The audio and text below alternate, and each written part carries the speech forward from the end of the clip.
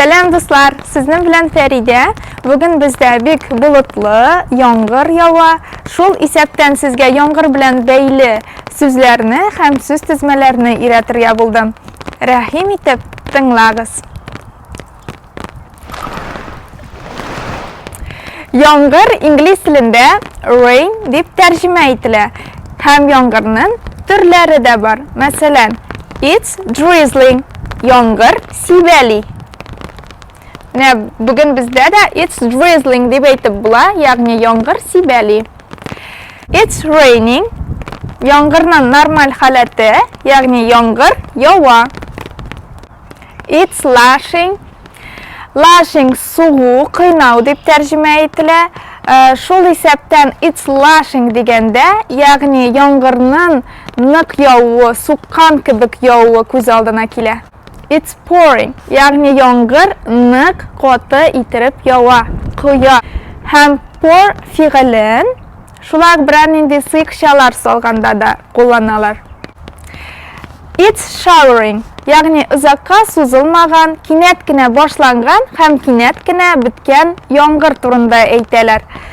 Hem shulay haligi yağmur o'rinli bo'la. Masalan, bir yerda yog'wa, ikkinchi yerda yog'may. It's showering. Shulay yağmurga beyli bir qiziqli idioma bor. Masalan, it's raining cats and dogs. Hem bu idioma yağmurning niq yog'uvini anglata. Masalan, there's no way they will be playing at the park. It's raining cats and dogs out there. Demek olar bir nechikda parkda o'ynay olmayacaklar. Onda niq qoti yağmur yog'wa.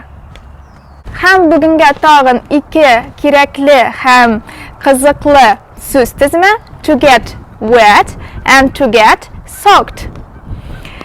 Olar biraz bir-birisinden ayrılalar, ama tüp ma'nosi yuvishlanirga. To get wet biraz yuvishlanu, to get soaked niq yuvishlanu, shilanu. Yağmur da bitti. Bunun keragi yo'q butun.